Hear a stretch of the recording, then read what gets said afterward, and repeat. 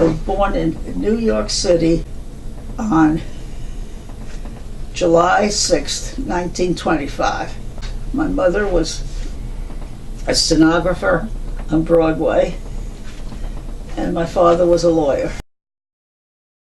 From kindergarten until 6th grade, Barbara attended the Ethical Culture School in New York City, founded by a German-born Jew named Felix Adler. It taught ethics. It was in no way religious, other ways it tried to teach little kids and big kids what was right and what was wrong in their behavior. While Barbara and her family attended Anshe Chesed Synagogue in New York City, and Barbara had mostly Jewish peers, the primary Jewish influence on her life came from her mother, and specifically her mother's involvement in the United Jewish Appeal. And she ultimately became the second national president of the women of the whole United States. And that was her main charity. She also belonged to the Jewish hospital in Denver for lung diseases. I can't remember the exact name. And she wound up being president of that too, even though it was out west. And she brought the Women's League for Israel, which did what it said. They raised money for Israel. And she belonged to an organization called Material for Israel, which this preceded UJA, the United Jewish Appeal, and it was for people who were pushing for Israel, but we were at war in the United States, and you couldn't actually do anything like that involved guns or any kind of ammunition, but they had material things, how it was called.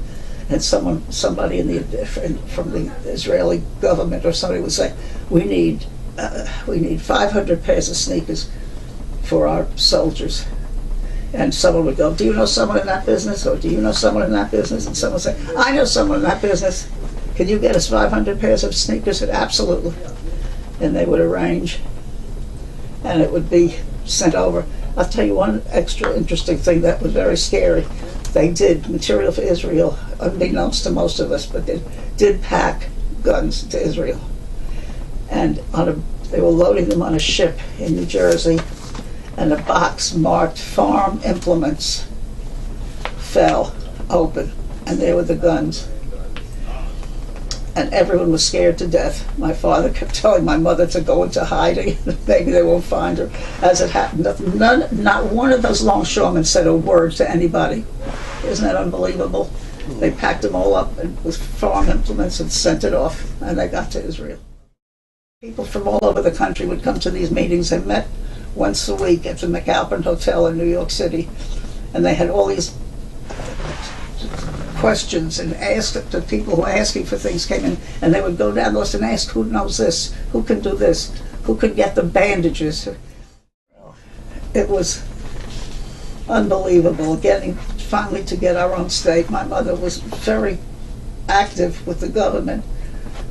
She knew Golda Meir had a meeting at our house, and Abba Eban had a meeting at our house, and she was very involved with getting the state declared and then helping it along because it needed a lot of help, financial and otherwise. And one of the men from Israel said to someone who was running the meeting, we need a safe house. Safe meaning that there'd be nobody who could hear us, nobody who could tell who was there. They needed a place to bring someone from Israel. I think it turned out to be Golda Meir, but I'm not sure.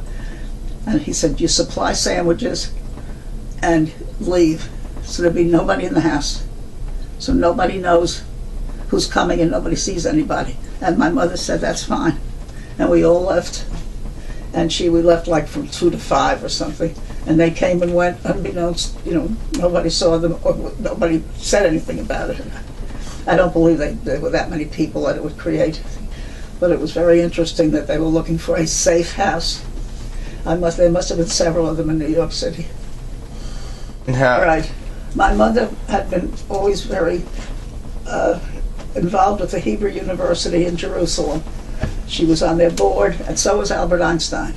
And after the war, which was I think it was like 48, that's approximately, I can't remember the exact date, they were going to open the Hebrew University again. When the Arabs took over hill, took over the Hebrew University. On top of the hill was Jewish. Then came a layer of Arabs, and then the bottom was Jerusalem, and it was Jewish. And I went over as my mother's secretary. She had to get me a visa, and I used it. They gave me a different name to use. It had to be the name of someone who had already been there. So she was allowed to go because she was on the board, but because whoever set it up, Albert Einstein was too old to make the trip, and somehow they picked my mother to have this proxy, which was very flattering to my mother.